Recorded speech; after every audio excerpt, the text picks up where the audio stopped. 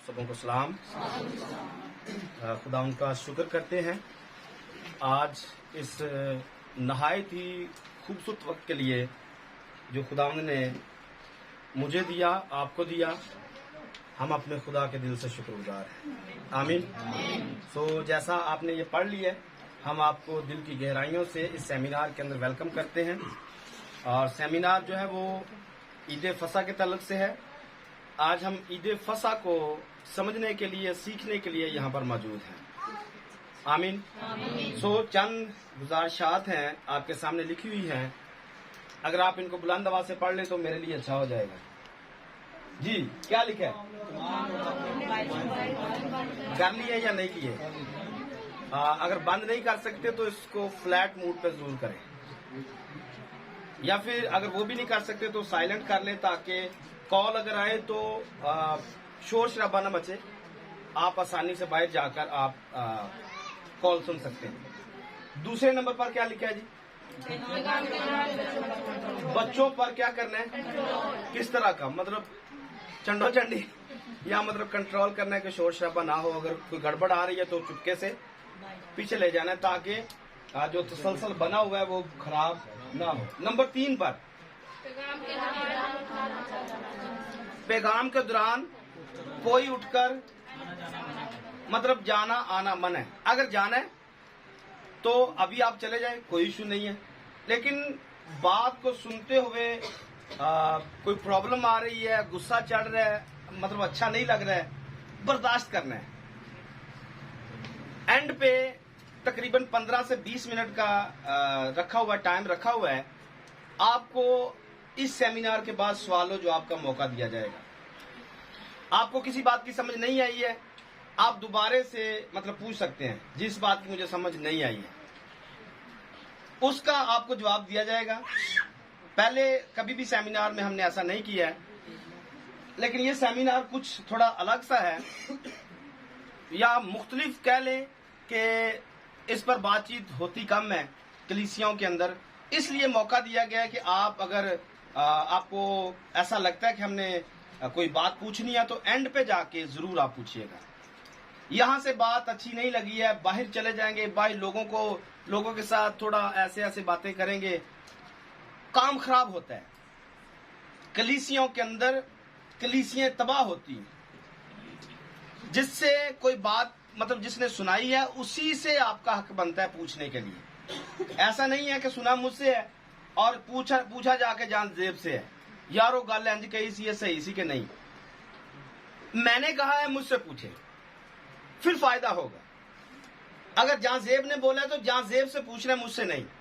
हाँ, मेरी राय ले सकते हैं, आप कह सकते जी भाई जहां जेब ने मुझे या अफजाल ने यासर ने मुझे ऐसा बोला है, आप इसके बारे में क्या कहते हैं? राय मुख्तलिफ हो सकती है, अपने अपने ख्यालात मुख्तलिफ हो सकते हैं, लेकिन बात का वो जिसे कहते हैं पतंगड़ बनाना, इसकी इजाजत नहीं। आपको नई किसी बात की समझ आई है, अच्छा अभी आप सवाल नहीं करेंगे, कोई इशू नहीं है, मैं फिर भी यहां पर ही हूं। आप फिर भी बाद में मुझसे पूछिए, बिल्कुल इजी होकर पूछिए कि इस बात की हमें समझ नहीं आई है।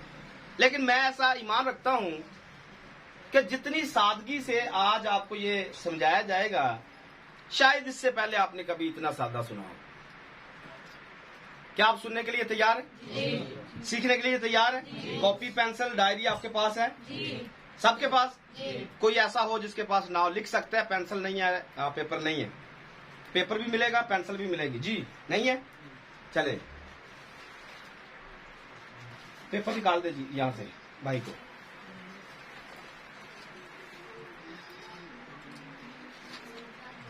किसी को भी चाहिए पेपर ले सकता है, कोई इशू नहीं है।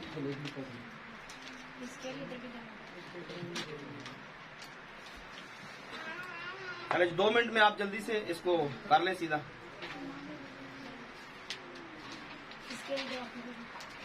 पेंसिल भी दे दें और पेपर भी दे दें। बाइबल नहीं है, फिर भी वो अगर चाहता है कि बाइबल चाहिए तो वो भी मिल सकती है।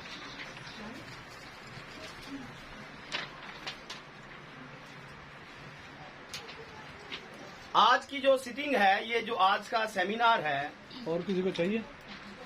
बड़े मतलब पैशन के साथ, बड़े ही मतलब कह लें कि गहराई के साथ इसको, दिल की गहराइयों से मतलब इसको चाहा है कि आप तक पहुंचाया जाए। मतलब दिल में इस बात का दर्द आया है, क्योंकि बाइबल हमें बार बार ये सिखाती है, हमने बार बार सुना है कि मेरे लोग अदमे मार्फत से हलाक हुए, मेरे लोग अदमे मार्फत से हलाक हुए। तो अगर हम सब यहां पर हैं और मुझे खुदा ने यहां पर रखा है, तो जिस बात की मुझे समझ आई है, मेरा हक बनता है कि मैं आप तक वो बातें पहुंचाऊं। आमीन। ये बातें जो आज अभी मैं कर रहा हूं, ये मैंने एक्चुअली कन्वेंशन में करनी थी, लेकिन वहां पर कुछ माहौल कोई और तरह का था बना हुआ, जो बड़ी हम कन्वेंशन हमने शुरू की है। क्या खादम, एक सवाल, क्या खादम अपने इलाके में काम नहीं कर सकता है? हाँ, खादम जो है, मुझे खुदा ने यहां पर रखा है, बाकी जो खादम यहां पर मुकर्रर है, क्या ये अपने इलाके में काम नहीं कर सकते हैं? अगर कोई नहीं करता, उस पर भी ऑब्जेक्शन आता है, क्योंकि लोग कहते हैं कि अगर खादम को चेक करना है तो या उसके इलाके से चेक करें, और फिर अगर और चेक करना तो उसके घर से चेक करें, अगर और ज्यादा चेक करना है तो उसकी जिंदगी को चेक करें, वो करता क्या है। तो 3 तरीके हैं चेकिंग के, मेरी चेकिंग के। आप मुझे चेक करें, मैं क्या करता हूं। आप मेरी बीवी को, मेरे बच्चों को, मेरे भाइयों को, मेरी बहनों को, मेरी मां को चेक करें वो क्या करते हैं।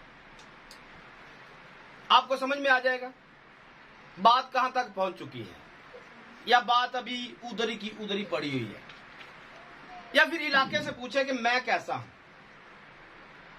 इस कच्ची आबादी के अंदर। अब मेरा किरदार जाती तौर पर आपके सामने है। आप मेरे बारे में लोगों से पूछे, एक दूसरे से पूछे भाई कैसे हैं। फिर आप मेरा किरदार भी सामने आएगा, मेरे माँ बाप का भी, मेरी बहनों का, भाइयों का, बीवी का, बच्चों का किरदार आपके सामने आएगा। फिर इलाके में रहते हुए आप एक दूसरे से पूछ सकते हैं, फिर लोग मेरे बारे में बताएंगे मैं कैसा हूं। तो फिर अगर कोई बाहर से आकर मेरे बारे में पूछेगा, आप सही बता सकेंगे। मैं अपनी तरफ से तारीफें तो अपनी कर सकता हूं, लेकिन आप सच बताएंगे। आप जो जितने भी हैं यहां पर, आप सच बताएंगे। ये बातें मैंने कहा कन्वेंशन पर मैंने करनी थी। अगर एक खादम अपने इलाके में काम नहीं करता, उसका नुकसान क्या होता है। एक खादम को मुझे यहां पर रखा गया है, अगर मैं इस इलाके में काम नहीं करता हूं, इसका नुकसान क्या है। इसका नुकसान, सबसे बड़ा जो नुकसान है, उसकी मिसाल सदूम और अमूरा के अंदर लूत की मिसाल है। सबसे जो बड़ी मिसाल है वो लूत की है। लूत जिस इलाके में रहता था, लोग उस इलाके को यूं समझते थे, या लूत खुद भी समझता था, ये बागे खुदा की तरह है। पैदाइश की किताब में लिखा हुआ है कि जब मिस्र से सदूम और अमूरा की तरफ जा रहा था, तो उसने उसमें जाने से पहले देखा कि ये जो इलाका, ये खुदा के बाग की तरह नजर आता है। लेकिन आखिर में रिजल्ट क्या निकला। आसमान से आ गई और सबको तहस नहस करके रख दिया। तो लूत जो था, क्या खुदा को नहीं जानता था? हाँ, लूत जानता था। लूत के जो रिश्तेदार थे, या लूत का जो रिश्तेदार है, वो हम सब का बाप है। मैं अब्राहम की बात कर रहा हूं। अब्राहम हम सब का बाप है, तो वो उसका रिश्तेदार था। लेकिन अपनी बेटियां उन बदकारों के साथ ब्याह तो रहा था। 3 बेटियां, बाइबल में एग्जैक्ट फिगर नहीं है कि कितनी बेटियां थी, लेकिन सिर्फ लिखा हुआ बेटियां अपने दामादों के पास गया। 2 उसकी कुंवारी बेटियां थी, और तारीख के अंदर ये बात रकम की गई है। बाइबल से एक इशारा मिलता है कि उसकी 3 बेटियां थीं। इशारा कहां पर है? अब्राहम ने जब उससे सवाल किया था कि शायद 10 अब्राहम ने जब कहा कि वहां पर शायद 10 हो, तो 10 पर अब्राहम मुतमिन हो गया। अब खैर, अब कुछ नहीं होता। क्यों? क्योंकि लूत और उसकी बीवी और 2 उसकी कुंवारी बेटियां, टोटल 4 लोग थे। लेकिन 3 उसकी बेटी शादीशुदा थी और 3 उसके दामाद थे। तो उसके माइंड में ये आया कि अब 10 है, अब खैर सल है, अब कुछ नहीं होता, मेरा काम हो गया, मैंने खुदा को राजी कर लिया और खुदा वापिस चला गया और अब्राहम अपने डेरे में चला गया। पर जब वो सुबह उठा तो उस इलाका की तरफ देखा तो उसमें धुआं उठ रहा था। तो यहां से समझ आता है कि वहां पर 10 लोग थे। लूत अपनी बेटियां बदकारों के साथ ब्याह तो रहा था, पर वहां पर मुनादी नहीं कर रहा था। वहां पर मुनादी खुदा को जानता था। खुदा के फरिश्ते आए, उनको खुदावंद कहता है, उनके पांव धोता है, रोटी देता है। आप जानते वो कौन सा वक्त था? वो कौन से दिन चल रहे थे? नहीं पता? याद रखिए, बाइबल में लिखा हुआ है, जब अब्राहम ने रोटी खिलाई खुदा को और फरिश्तों को, तो तब खुदा ने कहा, अगले वक्त मैं फिर बहार में तेरे पास आऊंगा।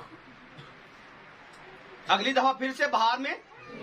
तो याद रखिए, ये जो ईद फसा है, ये बहार की पहली ईद है।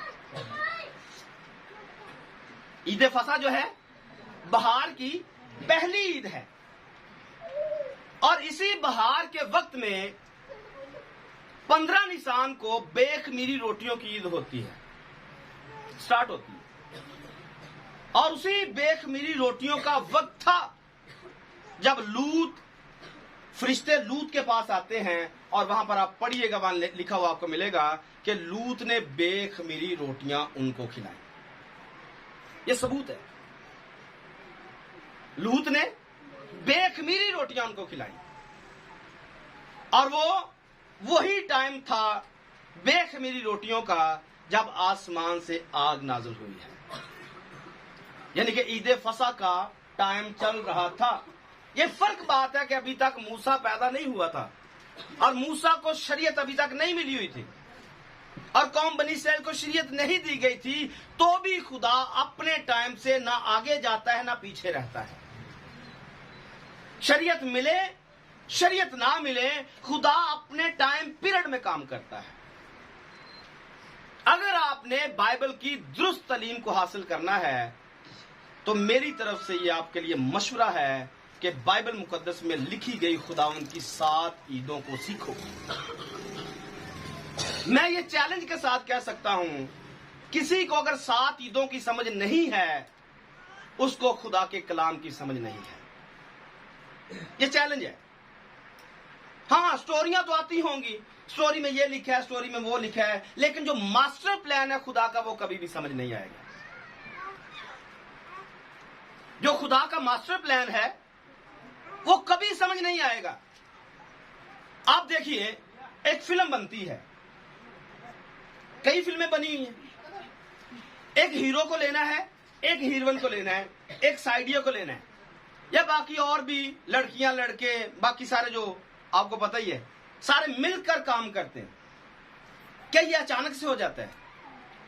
प्लानिंग की जाती है, पहले प्लानिंग होती है। पहले सबसे पहला जो काम होता है वो एक प्लान लिखा जाता है, स्क्रिप्ट लिखे जाते हैं। स्क्रिप्ट जिसको बोला जाता है। पहले फिल्म का स्क्रिप्ट लिखा जाता है और स्क्रिप्ट को सबसे पहले हीरो को, हीरोइन को पढ़ाया जाता है। क्या आपको यह फिल्म समझ में आई है? आप इसका रोल अदा कर सकते हो? तो जब स्क्रिप्ट सबके सामने रखा जाता है तो फिल्म का हीरो कोई भी नहीं बनता है, सारे इनकार कर देते हैं। कोई भी उस स्क्रिप्ट को लेने के लिए तैयार ही नहीं है। एक है सिर्फ यहूदा के कबीला का बब्बर, जो मेरा और आपका खुदावंद है, क्योंकि ये जो ईद लिखी हुई है, इस ईद पर जब भी कोई ध्यान करता है, स्क्रिप्ट को पढ़ता है, तो उसे पता चलता है हमें जान देना पड़ेगी, हमें दुख सहना पड़ेगा, हमें जलील होना पड़ेगा, हमें कांटों का ताज अपने ऊपर लेना पड़ेगा। तो लिखा है, कोई भी उस किताब की तरफ ध्यान नहीं लगाता है। क्यों? क्योंकि दुख सहने पड़ते हैं। आज भी बहुत सारे लोग हैं जो इसकी तरफ ध्यान ही नहीं देते हैं। जो चल रहा है बात चल रहा है। तो बात को समझना है, ये खास पॉइंट है, खास टाइम है। 7 ईदें खुदा का मास्टर प्लान है, और जिस किसी को यह समझ में आ गया है उसे बाइबल समझ में आ जाएगी। और फिर मैं यहां तक कहता हूं कि जिसको ईदे फसा की समझ आ गई है उसको बाइबल की समझ आ जाएगी, उसको इशायर बानी की समझ आएगी, उसको खुदावन के कफारे की समझ आएगी, उसको यस्सु के लहू की समझ आएगी, उसको समझ आएगा पुराना अहद क्या है, नया अहद क्या है। सारी बातें उसे समझ में आएंगी जब इस ईद को समझा जाएगा। आपके लिए शायद ये थोड़ा अजीब होगा, शायद अजीब हो भी ना भी हो, क्योंकि आज वो जमाना नहीं रहा। लोग बाइबल पढ़ते हैं, और सबसे बड़ा सबूत के बच्चों ने बाइबल हाथ में ली हुई है। बच्चे बाइबल पढ़ने वाले हैं, लिखने वाले हैं, रिसर्च करने वाले हैं। और मैं ऐसा ईमान रखता हूं कि जब ये सारी बातें आपके सामने आएंगी तो जरूर आप खुदा के कलाम को कबूल करेंगे। आमीन। आइए आगे बढ़ेंगे। आइए हवाला तिलावत करते हैं, कोई भी जल्दी से।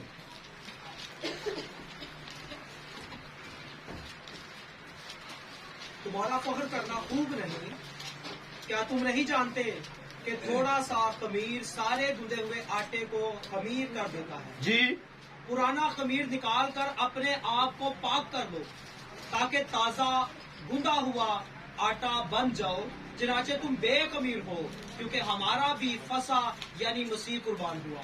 बस आओ हम ईद करें, ना पुराने खमीर से और ना बदी और शरारत के खमीर से, बल्कि साफ दिली और सच्चाई की बेखमीरी रोटी से। मैंने अपने खत में तुमको ये लिखा था कि हराम कारों से सोबत ना रखना। ये तो नहीं कि बिल्कुल दुनिया के हराम कारों या लालचियों या जालिमों या बुत परस्तों से मिलना ही नहीं, क्योंकि इस सूरत में तो तुमको दुनिया ही से निकल जाना पड़ता। लेकिन मैंने तुमको दर हकीकत ये लिखा था कि अगर कोई भाई कहलाकर हराम कार या लालची या बुत परस्त या गाली देने वाला या शराबी या जालिम हो, तो उससे सोबत ना रखो, बल्कि ऐसों के साथ खाना तक न खाओ। आमीन। सो यहाँ पर जो हवाला हमने पढ़ा है, इसमें से जो मेन बात हमने लेनी है वो ये है जो यहाँ पर हमारे सामने है, आओ हम ईद करें। बस आओ हम ईद करें। हम हर साल, एक साल के अंदर 2 दफा ईद करते हैं। मैं मसीहियों की बात कर रहा हूं, बाइबल वाले बाइबल बिलीवर जो हैं उनकी अभी बात नहीं कर रहा हूं। ओवरऑल पूरी दुनिया के अंदर जो मसीही लोग हैं 25 दिसंबर को और फिर ईस्टर को सेलिब्रेट करते हैं। ये ओवरऑल पूरी दुनिया की बात है। दूसरी बात जो यहां पर लिखा हुआ है, आओ हम ईद करें। आओ हम कौन सी ईद करनी है? सवाल है, कौन सी ईद करनी है?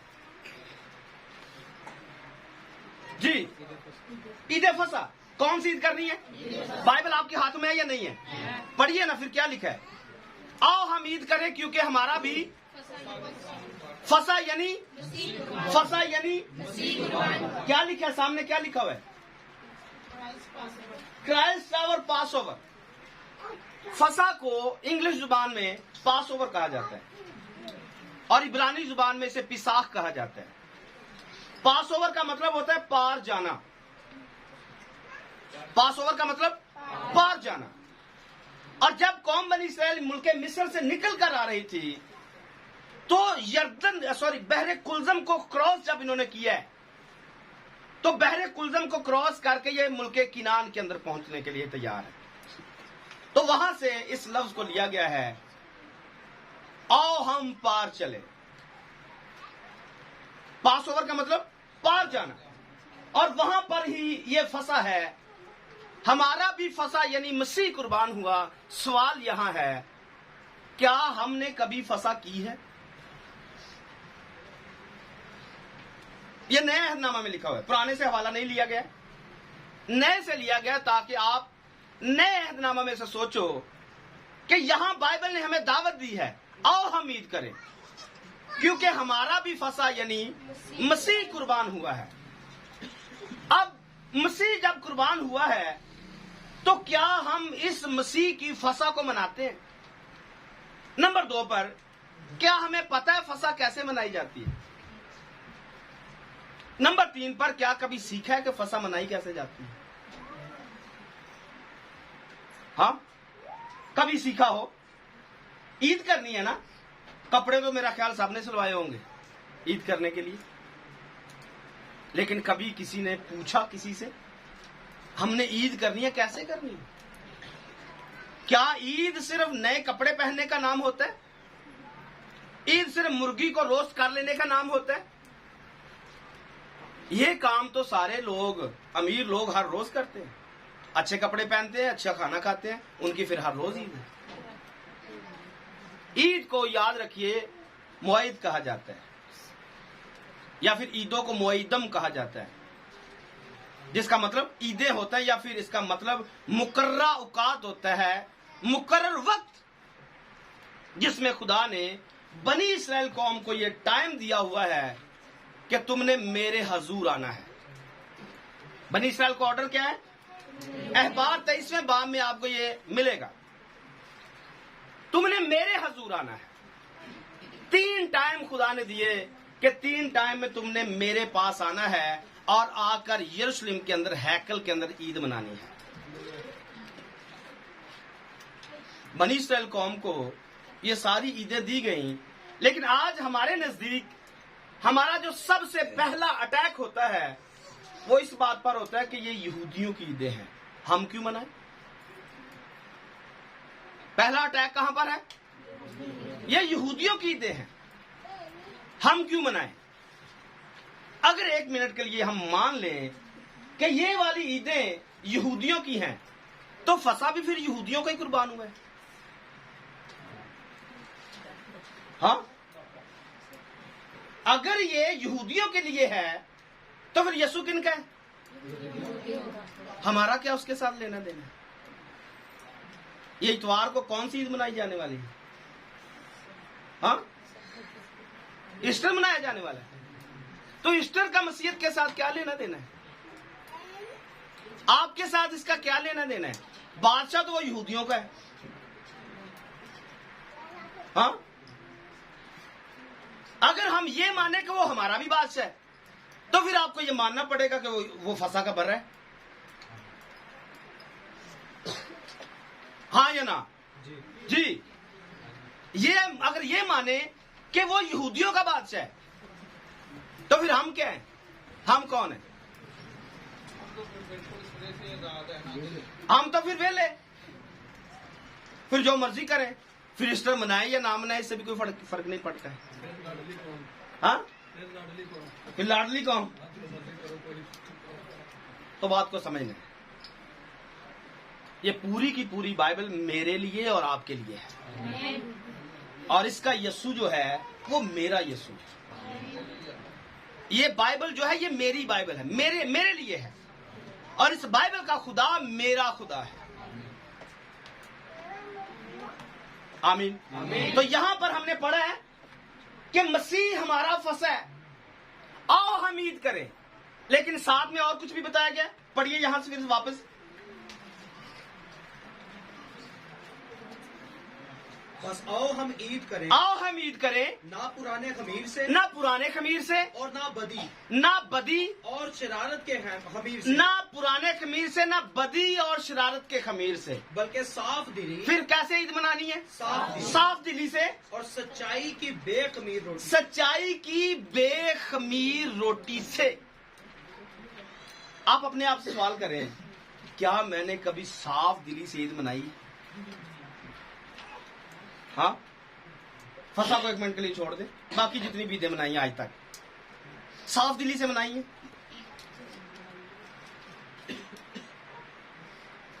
बदकारी को, बदी को अपने अंदर से निकाल कर मनाई है।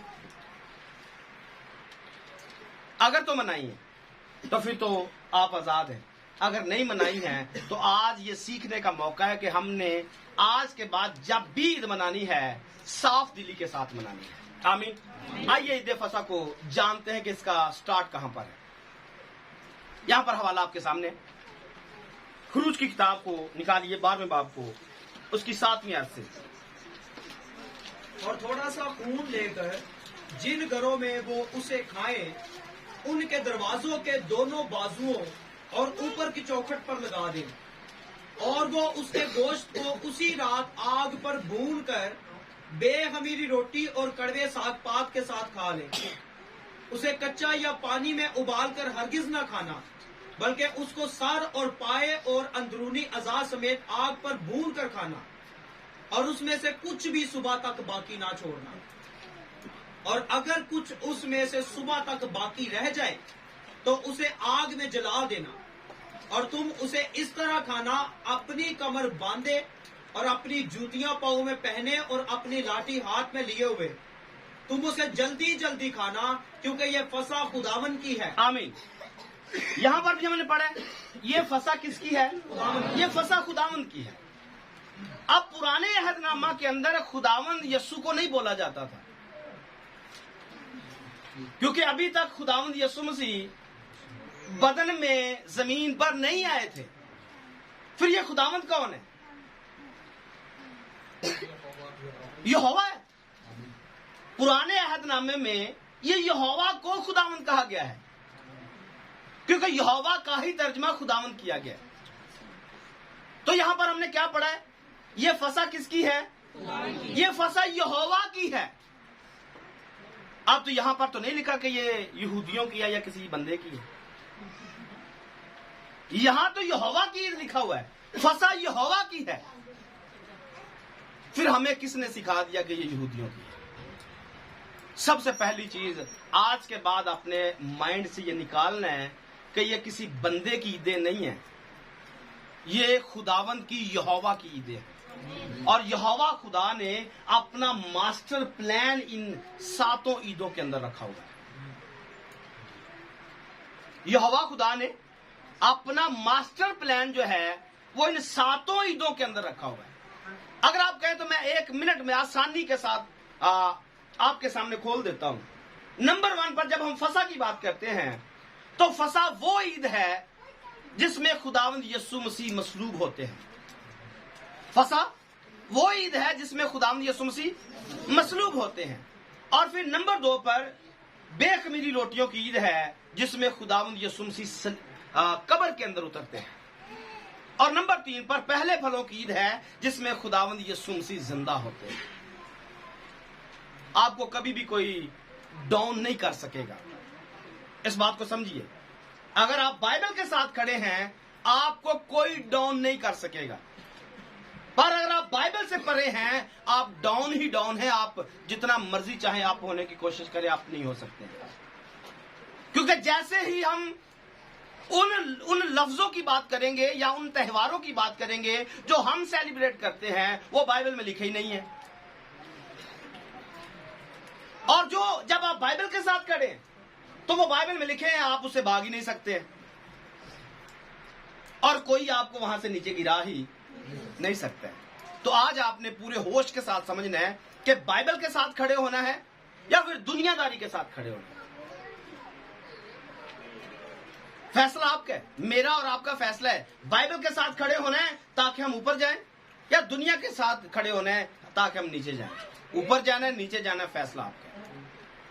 सो यहां पर हमने फिर क्लियर किया है, यह फसा खुदावंद की है, यहोवा की है। यहोवा ने मास्टर प्लान के अंदर फसा पर यीशु को कुर्बान करना है। नंबर 2 पर ईदे बेखमीरी रोटियों पर यीशु ने कब्र में जाना है। पहले फलों की ईद पर खुदावंद यीशु मसीह ने पहला फल होकर जिंदा होना है। इसलिए हम ईस्टर नहीं मनाते हैं, ना हम ईस्टर कहते हैं। हम बाइबल के मुताबिक यीशु मसीह को मुर्दों में से जिंदा होने वालों में से पहला फल कहते हैं, क्योंकि ये बाइबल कहती है। मेरा ख्याल किसी को इतराज नहीं होना चाहिए, क्योंकि बाइबल में खुदावंद यीशु मसीह को पहला फल कहा गया है। और ये पहले फलों की ईद है, और पहले फलों की ईद पर यीशु मसीह जिंदा होते हैं। आमीन।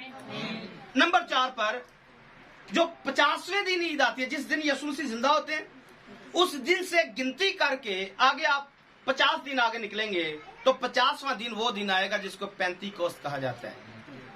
और ईद पेंतीकोस्त पर पुराने अहदनामे के अंदर जब आप उसको स्टडी करते हैं तो ये वो दिन है जिसमें तौरेत नाज़िल की गई है।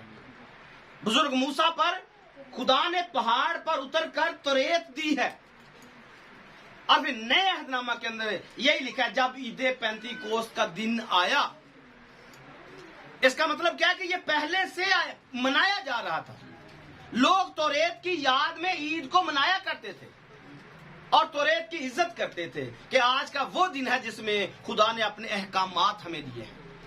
और उसी दिन में खुदावंद ने अपना रूहुल कुदस पूरी दुनिया के लिए नाज़िल किया है। आमीन। अभी 3 ईदें बाकी हैं जिसको पौलुस ने कुलसियों के खत में कहा है कि ये जो ईदें हैं ये खुदावंद में अक्स हैं। ये जो ईदें हैं खुदावंद में अक्स हैं। और बहुत सारे लोग ऑब्जेक्शन लगाते हैं कि अगर ये अक्स है तो मसीह तो आ चुका है, फिर हमें अक्स को मानने की क्या जरूरत है। चले सही है, आपको मानने की जरूरत नहीं है, फिर जो आप मनाते हो उसकी मनाने की भी क्या जरूरत है। ये तो एक खुदावंद ने एक पैटर्न दिया हुआ है, एक स्क्रिप्ट है जिसके मुताबिक खुदा चल रहा है। खुदा कभी अपने कलाम से दाएं बाएं नहीं जाने वाला है। तो खुदावंद ने पिछले 4 ईदों को एग्जैक्ट उसी टाइम पर पूरा किया है जो उसने पैटर्न पीछे दिया हुआ है। और फिर आगे जो 3 ईदें हैं उनमें भी खुदावंद ऐसा ही करेगा। जो 5वें नंबर पर ईद है वो नरसिंगों की ईद है। 5वें नंबर पर जो ईद है वो, और नरसिंगों की ईद पर खुदावंद यीशु मसीह की आमद होने वाली है। खुदा अपने कलाम से बाहर नहीं है। इसी को लेकर हमने चैलेंज किया कि लोग कहते हैं हमें यीशु के आने का पता नहीं है। हमने तो यीशु का टाइम पीरियड निकाल के बाइबल से रख दिया। उसने कौन से पहर में आना है हमने तो ये भी बता दिया, क्योंकि लिखा है बच्चों तुम अंधेरे में नहीं हो, तुम तारीकी में नहीं हो, तुम नूर के फरजंद हो, नूर में रहते हो। हमें नूर कहा गया है और बंदा हो भी नूर और हो भी उसके अंदर तरीकी, ये 2 बातें इकट्ठी चल नहीं सकती। खुदावंद यीशु मसीह नरसिंगों की ईद पर आने वाले हैं। और नंबर 6 पर यौम कफारा है जिसमें सारी बनी इस्राएल कौम को एक ही दिन में निजात मिलने वाली है, क्योंकि अभी उनका टाइम रुका हुआ है। अभी गैर अक़वाम के पास टाइम दिया गया कि गैर कौम में पूरी निजात हासिल कर ले। तो मैं और आप उस हिस्से में से गुजर रहे हैं जिसमें खुदा ने मुझे और आपको वक्त दिया हुआ है। तौबा करें, यीशु के कफारे पर ईमान लाएं, रूहुल कुदस को हासिल करें, हमेशा की जिंदगी पाएं। हमारे इस्राएल हमारे तरह नहीं है कि वो एक बंदा बपतिस्मा लेगा, एक बंदा बपतिस्मा लेगा। जैसे खुदा ने कौम बनी इस्राएल को मिस्र से एक ही दिन इकट्ठे को निकाला है, बनी इस्राएल एक ही दिन के अंदर निजात पा जाएगी। उनका निजाम हमसे थोड़ा फर्क है। हमने एक ने बपतिस्मा लेना है, लेकिन खुदा पूरी कौम को एक ही दिन यरदन के अंदर से कुलजम के अंदर से निकालता है और एक ही दिन सबको बपतिस्मा दे देता है। उनका निजाम फर्क है। और 7वें नंबर पर जो ईद है ईद ख्याम। ईद ख्याम वो ईद है जिसमें खुदावंद यीशु मसीह की पैदाइश होती है। ईद ख्याम वो ईद है जिसमें खुदावंद यीशु मसीह 1000 साला बादशाही कायम करेंगे। और मैं और आप सारे के सारे 1000 साला बादशाही के अंदर, जश्न के अंदर उसके साथ होंगे, जिसको मुकाशवा की किताब के अंदर यीशु की या बर्रे की शादी की जियाफत का नाम दिया गया है। यह बाइबल की ईदें हैं और खुदा ने पूरा पैटर्न इनके अंदर रखा हुआ है। इसलिए मैंने शुरू में कहा अगर किसी को इन ईदों की समझ नहीं है उसे बाइबल की समझ कभी नहीं आ सकती, क्योंकि खुदा कभी अपने कलाम से बाहर नहीं है। अगर आप नए अहदनामे को समझना चाहते हैं, नंबर 1 पर 4 अनाजील है। चारों अनाजील खुदावंद यीशु मसीह की सलीबी मौत का बयान करती हैं। यीशु मसीह कैसे इस जमीन पर आए, कैसे उन्होंने कफारा दिया, कैसे वो मरे, दफन हुए और जिंदा हुए। ये सारी अनाजील आपको, चारों की चारों अनाजील आपको यीशु मसीह का मरना, दफन होना और जी उठना बताएंगे। आगे अमाल की किताब में जाएंगे। अमाल की किताब आपको ईदे पेंतीकोस्त के सेटअप में लिखी हुई नजर आएगी। पहली चारों अनाजील जितने जो भी हैं वो चारों की चारों यीशु मसीह का मरना, दफन होना और जी उठना बताती है। ईदे पेंतीकोस्त जो है, अमाल की किताब ईदे पेंतीकोस्त के बारे में बताती है। और फिर आगे खतूत है। खतूत और मुकाशफा यीशु मसीह का वापिस आना, अदालत कायम करना, 1000 साल बादशाही कायम करना, ये पूरे का पूरा नया अहदनामा इन्हीं ईदों के सेटअप में लिखा हुआ है। अगर फिर भी समझ नहीं आई है तो फिर बाद में पूछिएगा, इसकी और बातें बताएंगे। लेकिन यहां पर खुरूज की किताब 12वें बाब में ये वो वक्त है जहां पर खुदा ने बनी इस्राएल कौम को ईद दी, और इसमें खास खास पॉइंट खुदा ने दिए। कौन सी तारीख को बरा लेना है, कितने दिन बरा तुम्हारे पास रहेगा, क्या उस बरे के साथ करना है, यह पूरी की पूरी डिटेल इस 12वें बाब के अंदर पाई जाती है। छठा बाब, खुरूज की किताब का छठा बाब निकालिए, उसकी छठी और 7वीं आयत को पढ़ेंगे। सो तू बनी इसराइल से कह सो तू बनी इसराइल से कह कि मैं खुदावंद हूँ, मैं खुदावंद हूं, और मैं तुमको मिस्रियों के बोझों के नीचे से मैं क्या करूंगा, मैं तुमको मिस्रियों के बोझों से निकाल लूंगा, और मैं तुमको उनकी गुलामी से आजाद करूंगा। मैं तुमको उनकी गुलामी से क्या करूंगा, आजाद करूंगा, और मैं अपना हाथ बढ़ाकर और उनको बड़ी बड़ी सजाएं देकर तुमको रिहाई दूंगा। आमीन। यहां पर आपने गौर से पढ़ा है, सारी चीजें मैंने आपके सामने रखी हैं। पॉइंट आपने अगर नोट किए हैं, नोट करेंगे तो ज्यादा अच्छा है। जितने लिखने वाले बच्चे इसको लिखिए, कितने पॉइंट लिखे हुए हैं। नंबर 1 पर लिखे मैं मिस्रियों के बोझों के नीचे से निकालूंगा। पॉइंट नंबर 1 क्या है, मैं बोझ के नीचे से निकालूंगा। पॉइंट नंबर 2, मैं तुमको गुलामी से आजाद करूंगा। पॉइंट नंबर 3, अपना हाथ बढ़ाऊंगा और तुमको उनको बड़ी बड़ी सजाएं दूंगा। और पॉइंट नंबर 4, तुमको अपनी कौम बना लूंगा। आमीन। 4 बड़ी बातें, 4 बड़े अहद खुदा ने यहां पर किए। आइए जरा लूका की इंजील में जाएंगे, 22वां बाब,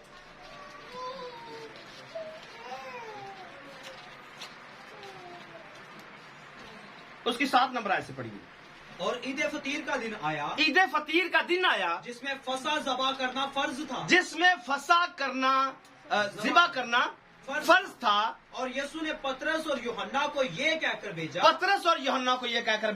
कि जाकर हमारे खाने के लिए फसा तैयार करो। जाकर क्या करो, हमारे खाने के लिए फसा तैयार। ये कौन कह रहा है, यीशु से कह रहे हैं। क्या करना है, हमारे खाने के लिए फसा तैयार। मैंने आपसे शुरू में पूछा, क्या कभी आपने फसा की तैयारी की है?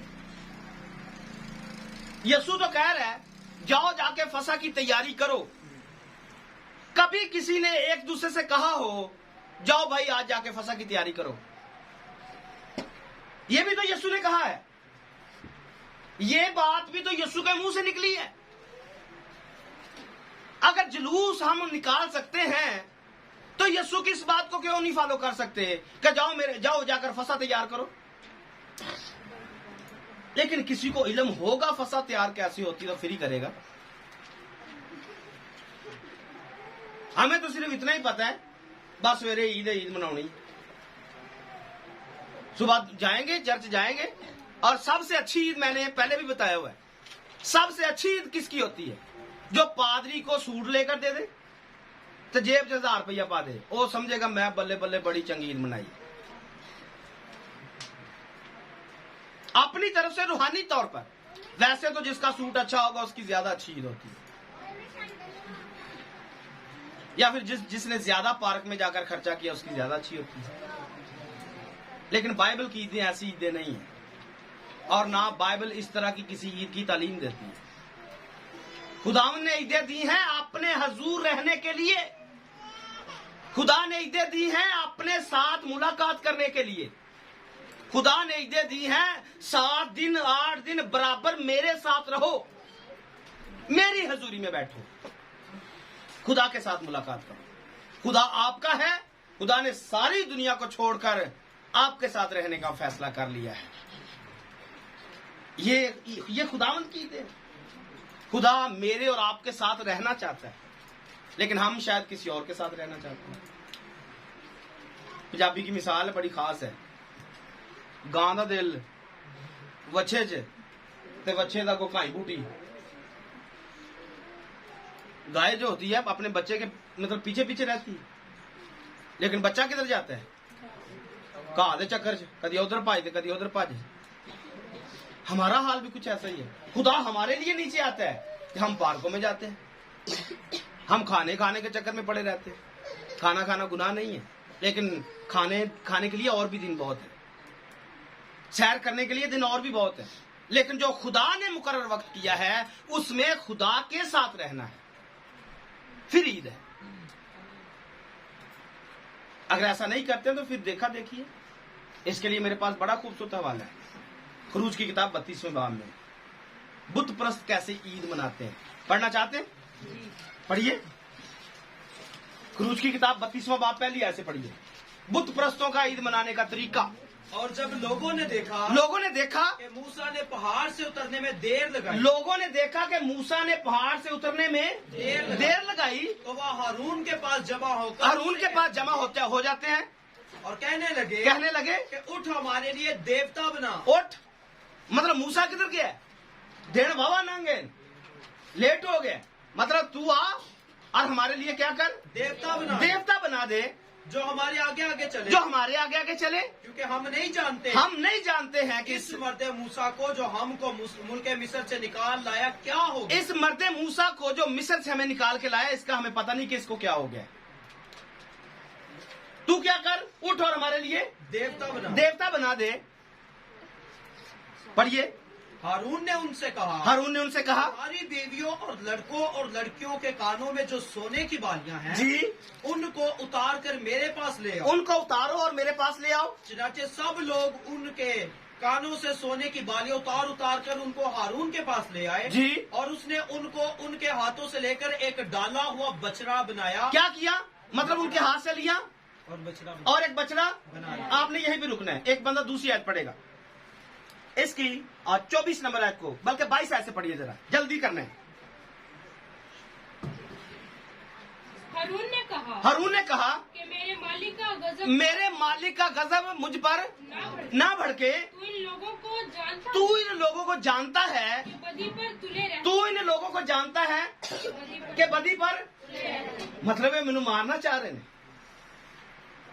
मेरे मालिक का गुस्सा मुझ पर ना बढ़के, तू जानता है मेरे मालिक। हालांकि ये बड़ा था, हारून जो है ये 3 साल बड़ा है, लेकिन मूसा अपने छोटे भाई को क्या कह रहे हैं? मेरे मालिक का गुस्सा मुझ पर ना बढ़के। तुझे पता ये लोग बदी पर तुले रहते हैं। और फिर आगे क्या हुआ? चुनाचा इन्होंने मुझसे कहा कि हमारे लिए देवता बना दे। इन्होंने मैनू कहा कि देवता बना दे जो हमारे आगे आगे चले। मतलब इसको मैंने आज के जमाने में HFC के साथ जोड़ा था। पादरी की गलती नहीं है, लोग ही कर्जा लेने पर तुले हुए हैं। HFC वाले तो फंसाएंगे, लेकिन लोग क्या करते हैं? खादम की नाक में दम कर देते हैं, लाके दे। तो ये शायद यहां पर तो नहीं है, लेकिन किसी और जगह पर मैंने ऐसा मतलब उसको सिखाया था, बताया था। लोग सलाह कर लेते हैं, खादम को मजबूर कर देते हैं उल्टा काम करने के लिए। यहां पर खादम को मजबूर किया गया। मेरे मालिक तू जानता है ये लोग बदी पर तुले रहते हैं। और फिर क्या हुआ?